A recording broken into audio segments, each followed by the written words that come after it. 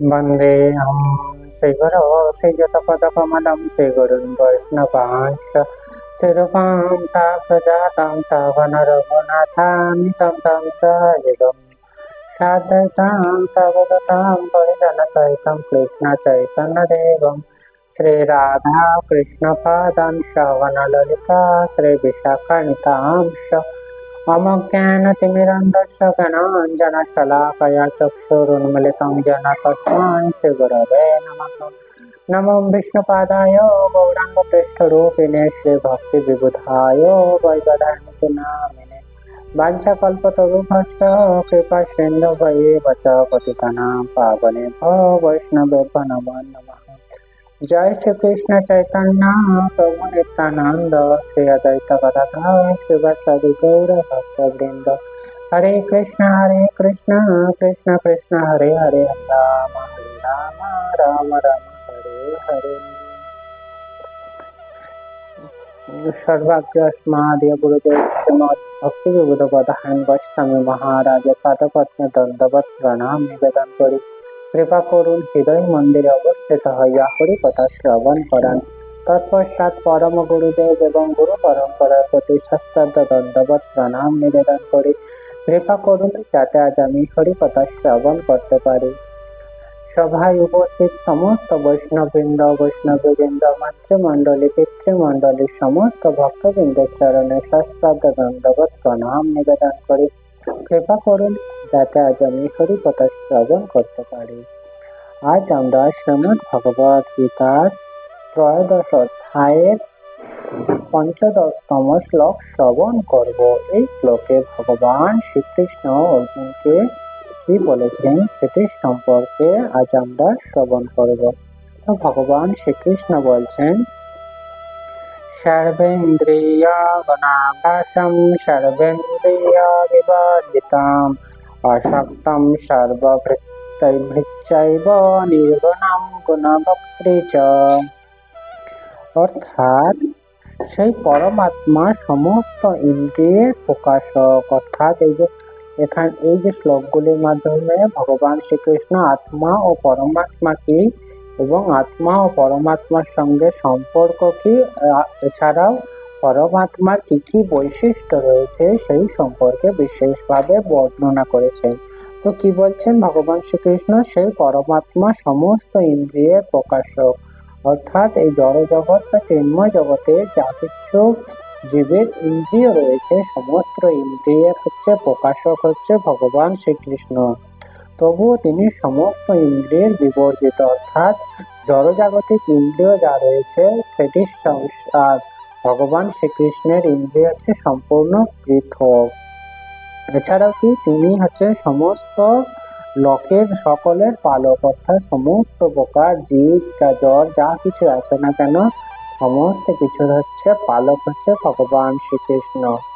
এই সমস্ত কিছু পালক হওয়া সত্ত্বেও ভগবান শ্রীকৃষ্ণ কি সমস্ত কিছুর থেকে অনাসক্ত অবস্থায় বিরাজ করে থাকেন। এবং পরবর্তী কি বলছেন, তিনি প্রকৃতির গুণের অতীত। তো অর্থাৎ এই যে প্রকৃতির যে তিনটি গুণ, সত্যগুণ, রজগুণ ও তমগুণ, এই যে তিন প্রকার গুণ রয়েছে এই গুণের তিনি অতীত, অর্থাৎ গুণাতীত। এই তিনটি গুণের ঊর্ধ্বে ভগবান শ্রীকৃষ্ণ। তবুও কি ভগবান শ্রীকৃষ্ণ সমস্ত প্রকার গুণের ঈশ্বর। তো তাহলে আমরা ভগবান শ্রীকৃষ্ণ যে পরমাত্মা রূপে রয়েছে সে পরমাত্মার কি কি বৈশিষ্ট্য সেগুলি আমরা শ্রবণ করলাম। তো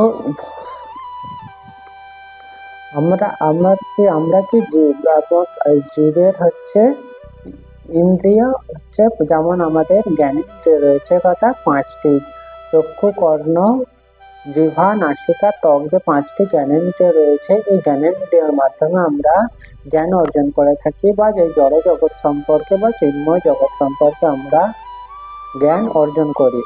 তো আমাদের যে ইন্দ্রিয় আর ভগবান শ্রীকৃষ্ণের ইন্দ্রিয় সম্পূর্ণ পৃথক। আমাদের যে ইন্দ্রিয় সেটিকে কি বলা হয়? জড় ইন্দ্রিয়। আর ভগবান শ্রীকৃষ্ণের সেই জড় ইন্দ্রিয় নেয়, তার ইন্দ্রিয় সর্বদা চিন্ময় ইন্দ্রিয়। অন্যদিকে আমরা যে জড় জীব বা মনুষ্য, আমাদের জড় ইন্দ্রিয় রয়েছে, আর এই জড় এবং এছাড়াও কি আমাদেরও চিন্ময় ইন্দ্রিয় রয়েছে। কিন্তু আমাদের চিন্ময় ইন্দ্রিয় হচ্ছে জড় জগতের, জড় জগতে যেহেতু আমরা রয়েছি, তাই আমাদের ইন্দ্রিয় জড় জগতের বৈশিষ্ট্য অনুযায়ী, জড় জগতের গুণ অনুযায়ী আমাদের ইন্দ্রিয় কলুষিত অবস্থায় রয়েছে। আমাদের মধ্যে যে চিন্ময় ইন্দ্রিয়, সেটি জড় জগতের যে আবরণ বা জড় জগতের যে গুণ, সেই গুণের দ্বারা আচ্ছাদিত হয়ে থাকে।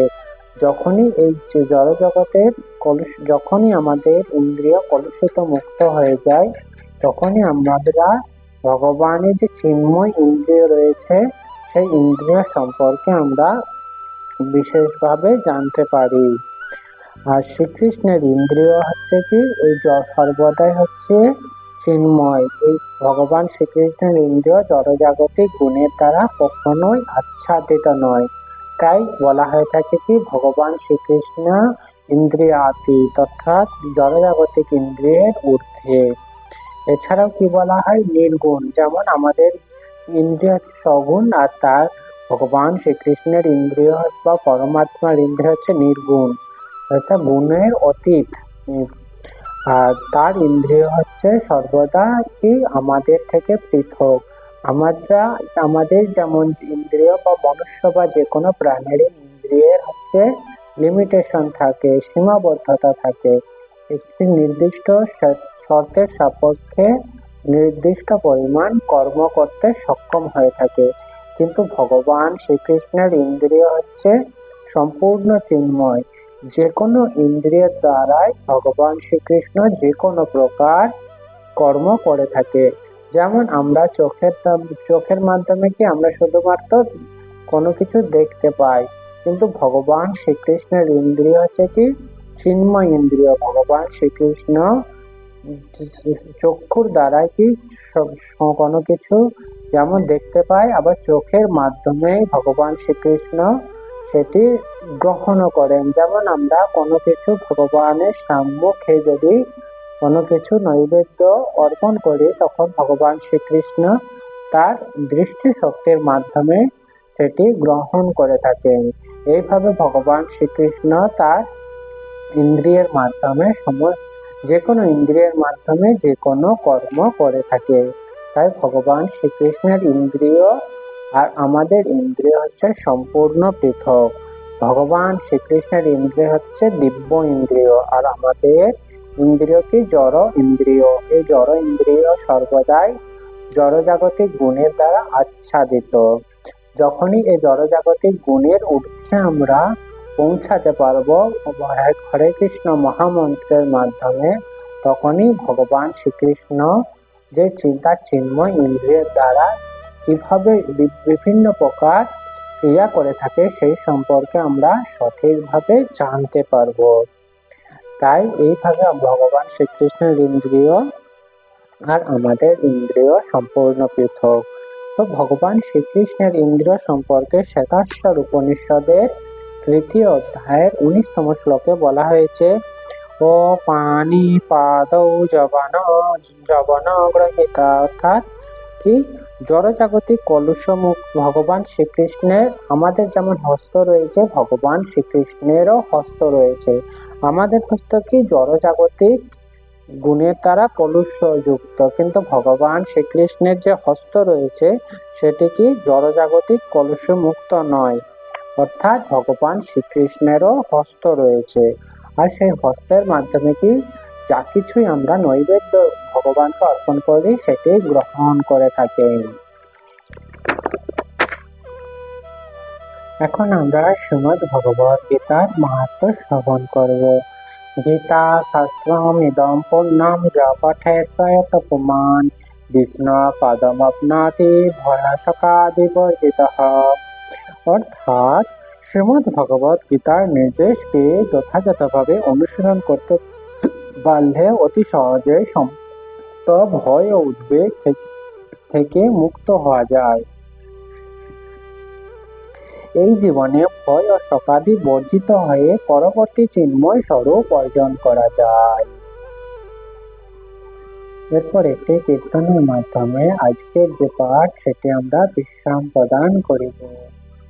हरिहराय नमः कृष्ण जादवाय नमः जादवाय माधवाय केशवाय नमः गोपाल गोविंद राम श्री मधुसूदन गिरिधारी गोपीनाथ मदन मोहन श्री चैतन्य नित्यानंद श्री अद्वैत सीता हरि गुरु वैष्णव भागवत गीता श्री रूप सनातन भट्ट रघुनाथ श्री विभ गोपाल भट्ट दास रघुनाथ এই ছয় গোসাইয়ের করি চরণ বন্দন যাহা হইতে বিঘ্ন নাশ অভীষ্ট পূরণ এই ছয় গোসাই যার মই তার দাস তা সবার পদরে নমর পঞ্চগ্রাস তাদেরও চরণ সেবী ভক্ত শনে বাস জনমী জনমী হয় এই অভিলাষ এই ছয় গোসাই যবে ব্রজে কৈলাবাস রাধা কৃষ্ণ নিত্য লীলা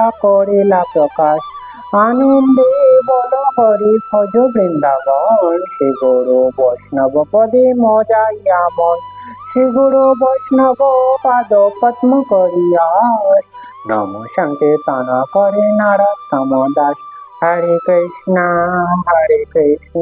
কৃষ্ণ কৃষ্ণ হরে হরে हरे राम राम राम हरे हरे जय श्री निताय गौर प्रेमानंद हरि हरि बोल।